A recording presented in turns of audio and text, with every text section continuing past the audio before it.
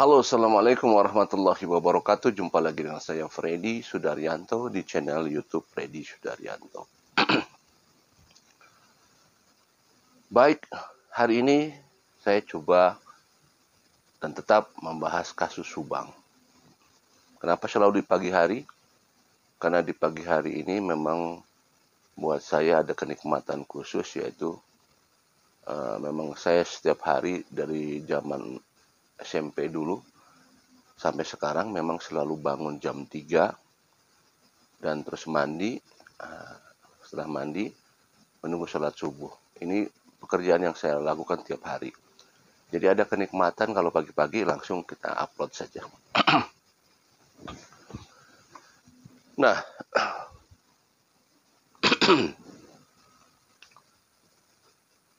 karakter manusia beraneka ragam karakter dan beraneka ragam pemikiran. Kemudian juga beraneka ragam profesi. Katakanlah kalau dalam suatu perusahaan, di perusahaan itu ada yang nama jabatan teratas dari mulai GM, dari mulai direktur, GM, kemudian GM maksudnya GM, direktur, kemudian manajer, asisten manajer, supervisor, kepala grup, dan sampai ke bawah, sampai ke office boy, sampai ke cleaner, ya. Itu apa namanya susunan di perusahaan. Ada juga security, ya, itu seperti itu. Sama di setiap organisasi apapun, baik di itu tingkat RT sampai tingkat RW, ya, tingkat lurah, tingkat kecamatan, hampir sama semua posisinya seperti itu. Ada yang namanya atasan, ada yang namanya bawahan. Ya. Kalau atasan pasti dia pesuruh. Dia menyuruh. Kalau bawahan pasti dia yang disuruh. Gitu. Dan kalau atasan dia pesuruh, tugasnya adalah memanage. Ya, memanage. Lebih banyak diam di meja. Tetapi kalau bawahan atau pesuruh, dia kerjaannya di lapangan. Menunggu disuruh-suruh oleh atasan. Dan dia tidak memanage. Dia hanya menjalankan job desk sesuai dengan job desk-nya, ya. Bawahan banyak sekali di sana, ada punten, ya. Saya tidak menyebutkan ini kejelekan, tetapi memang ini ada posisi adanya di masyarakat. Katakanlah seperti kebersihan, office boy, cleaning service, security, gitu kan. Itulah orang-orang yang punya jabatan yang memang punya job desk diperintahkan oleh atasan. Kalau kata ininya pesuruh lah, ya, lebih ininya. Jadi disuruh-suruh oleh pihak atasan. Semua job desk. Katakanlah tadi ada security, ada cleaning service, ada office boy, seperti itu, ya. Dan mereka kayak office boy, bersih-bersih, bersih-bersih, kemudian angkat-angkat, ya, mengangkat barang, bersih-bersih. Itu yang dilakukan oleh, dan itu dia lakukan, ya, bisa dua kemungkinan. Dia lakukan karena memang dia terbiasa dengan pekerjaan itu.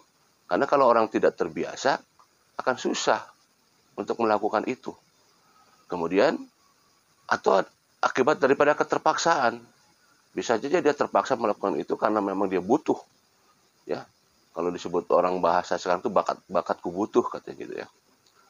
Ada yang melakukan hal seperti itu, kebersihan, bebersih begitu, karena dia bakat, karena dia keterpaksaan, karena dia butuh, ya, butuh uang, sehingga dia melakukan itu dengan cara terpaksa. Tapi ada juga yang memang sudah terbiasa dengan pekerjaan itu, pekerjaan yang di kategori bawah, ya, kebersihan, angkat-angkat barang, dan itu karena udah terbiasa, sehingga sudah tidak lagi canggung. Nah, atasan biasanya dia kalau tahu bahwa anaknya itu, orang itu tukang disuruh-suruh, maka dia akan mencari orang yang memang dia gampang untuk disuruh. Ya, gampang disuruh. Loh, Fred dari tadi panjang lebar ngapain sekarang kita buka pembukaannya seperti ini. Baik, sekarang gini. Saya akan mencoba menduga atau mereka-reka atau berasumsi dan lain sebagainya terhadap siapa sih orang yang memandikan kedua almarhumah Ibu Tuti dan Amelia, dan juga siapa yang membawa, saya nggak mau nyebut menyeret ya karena terlalu sadis kayaknya, walaupun misalkan faktanya diseret, tapi saya akan mengatakan bahwa siapa yang memandikan kedua almarhumah dan membawa kedua almarhumah dari kamar mandi lewat pintu belakang, kemudian menuju ke mobil Alphard. Siapakah orangnya itu? Maka kalau saya ngambil daripada tadi pembuka awal adalah, tidak mungkin kalau dia orang yang memang punya rasa, orang yang, ya pasti saya katakan bahwa kemungkinan, saya tidak bisa memastikan, tapi kemungkinan adalah orang itu orang yang memang suka disuruh. Orang yang memang suka bermain dengan air. Orang yang memang suka bermain dengan hal-hal masalah kebersihan. Ini adalah hanya pemikiran saya, ya.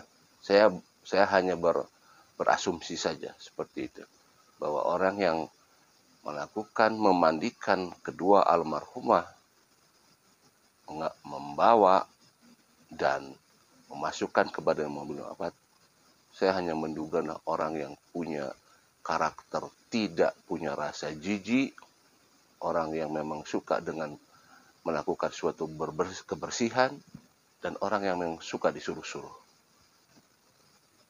Ini baru asumsi saya, sekali lagi asumsi saya. Siapa saja bisa itu, ya. Saya tidak menyebutkan nama di sini, tapi saya hanya punya asumsi, punya pemikiran. Itu atas dasar juga sebagai analisa saya selama ini.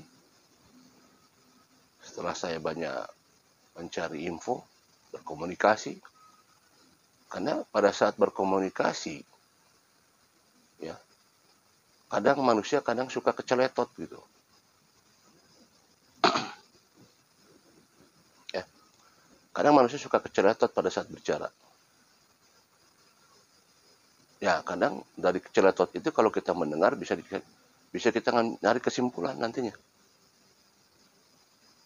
Ya, pada saat orang itu keceletot, akhirnya kita mengambil kesimpulan. Loh, kenapa dia keceletot? Bicara masalah hal yang berkaitan dengan, ada hal yang berkaitan dengan kasus, terutama pada saat memandikan, pada saat ada darah yang mengental, pada saat dinginnya suhu tubuh. Jadi saya berpikiran dan berasumsi bahwa dia yang memandikan, dia yang menggotong dan memasukkan ke mobil Alphard adalah seorang yang memang satu, dia punya tenaga yang kuat, dia punya keberanian untuk memandikan, dia terbiasa dengan pekerjaan-pekerjaan yang sifatnya lapangan. Itulah yang bisa dilakukan sama dia, dan itulah ciri-cirinya.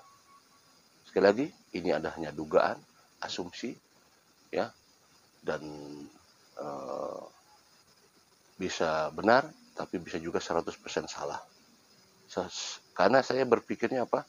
Saya berpikir dari kacamata kebiasaan, daripada tugas dan fungsinya sebagai manusia dalam suatu jabatan. Kemudian juga saya melihatnya dari segi saya sebagai pelatih bela diri yang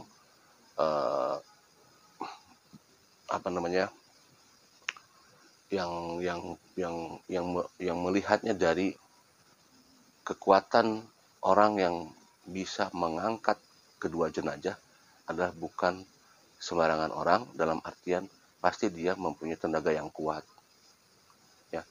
punya tenaga kuat dan keberanian yang kuat. Tenaga yang kuat, keberanian yang kuat. Karena keberanian yang kuat itu bisa jadi karena dia adalah bawahan, karena disuruh oleh atasan. Karena dia punya keberanian juga adalah karena dia keterpaksaan juga. Seperti itu. Itu sekali lagi, itu adalah asumsi saya. Karena untuk mengangkat kedua almarhumah yang cukup berat, tidak mungkin dilakukan oleh yang orang tua. Pasti dilakukan oleh yang tenaganya kuat. Siapa dia? Kita hanya berasumsi, Anda bisa menerang, Anda bisa menjawab semuanya. Dan kita tunggu saja nanti pada saat kasus ini terbuka. Assalamualaikum warahmatullahi wabarakatuh.